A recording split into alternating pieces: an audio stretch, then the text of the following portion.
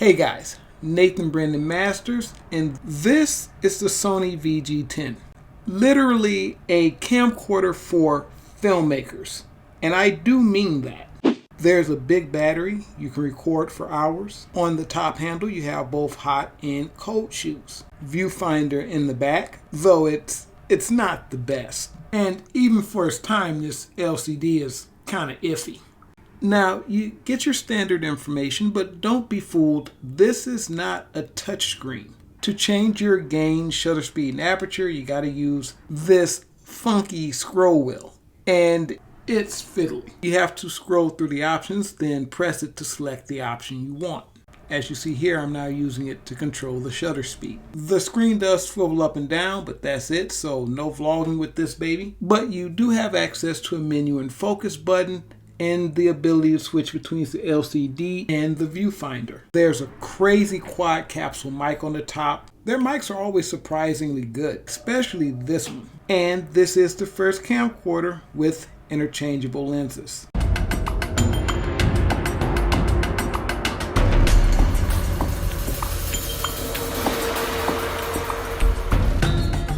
So there's some good and bad here.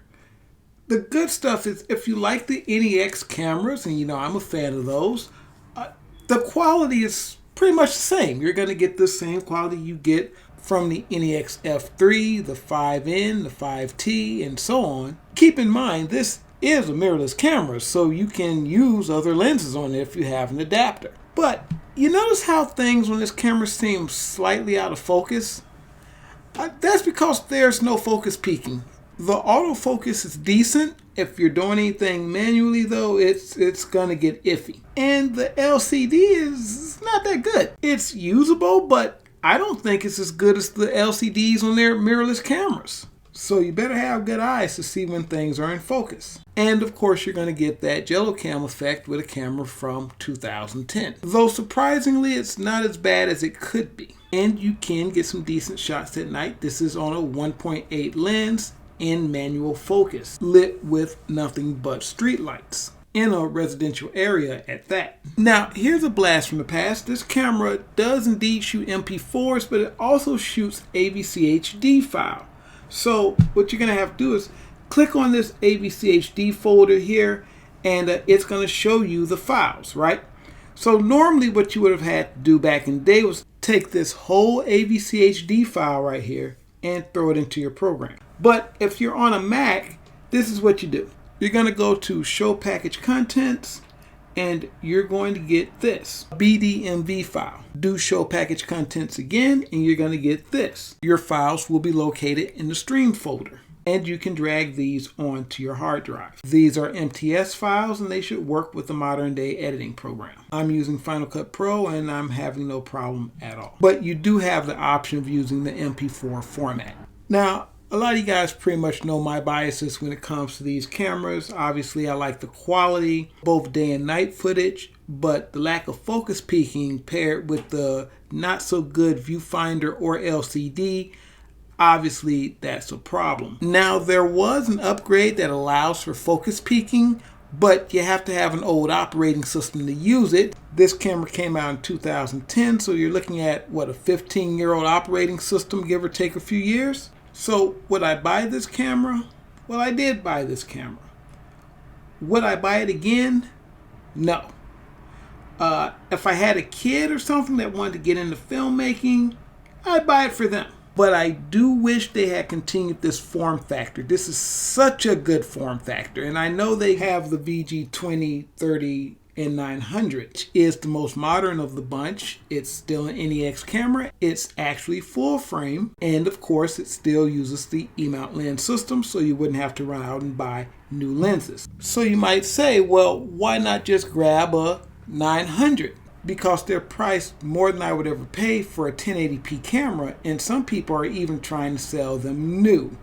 I have the Blackmagic 4K production camera, and that doesn't cost as much as they're asking for this. The beauty of the VG10 is the price, and if you can get one with the actual focus peaking upgrade, ask the seller if they have that, and if they have it upgraded, get it. But like you see these $270 some, yeah, don't get that. If you're gonna pay that, just get a VG20. And even then, you shouldn't pay more than $400 for a VG20. People out here trying to play crazy with these prices like this, $649. I can get a Panasonic G7 for less than that. And that was the main camera for transit. And to this day, that's one of my better looking films, particularly the night stuff. Although it could have used a better color grade, but still like the look of it. That being said, I'd be remiss if I didn't mention that some of these night scenes were shot with an NEX camera. This segment with me walking, I believe this was shot with my NEX F3, which was one of my favorite cameras. The thing was, any scene that I needed autofocus for, I would use the Sony. In a scene like this, where the camera was stationary, I used my Panasonic G7 because I could control the focus from my phone. Also, the NEX cameras were cheap, and if anything actually happened to them, I could buy them for $100 or $200. In fact, I still have an NEX F3, and it's my studio camera. I shot this on it. So that's my take on the VG10. Would I buy it again? Maybe if it had the upgrades and the price was right. I've always wanted this camera, and for the price I got it at, I'm like, yeah, I'm just gonna jump on it. It is useful here in the studio. The autofocus isn't bad, and I like the sleek design. Anything over $200, $250, somewhere in there, I wouldn't purchase this, especially with it being a 1080p camera, and you can buy so much more. $300 can get you a used G7, so unless you just really like or need this form factor, I wouldn't do it. Now, would I suggest you do it? Like I said, if you got a kid or something, they're getting into filmmaking, you might want to grab this. It's cheap and it's nice. It does a lot of cool things, and the image quality is pretty good if you got good eyes and you can focus with it. But I really wish Sony had kept up with this design. I wish other companies, I don't know why other companies didn't think to do this, or why other companies didn't go with this. A camcorder with interchangeable lenses, that's a filmmaker's dream. But then again, you can get a used Blackmagic Ursa Mini for under $1,000 nowadays. So, I don't know. But I'd love to see something like this again from Sony or even Panasonic. The form factor of this camera is everything, especially if you're doing documentary filmmaking or something like that. You got your top handle, you got those microphones. The form factor is perfect. But that's it, guys. Until next time, you take it easy. Nathan Brandon Masters. Hasta. Don't look back, we're here to stay. A life we knew would come one day. And this is it, the borderline to where the future leaves us behind. The fire will burn.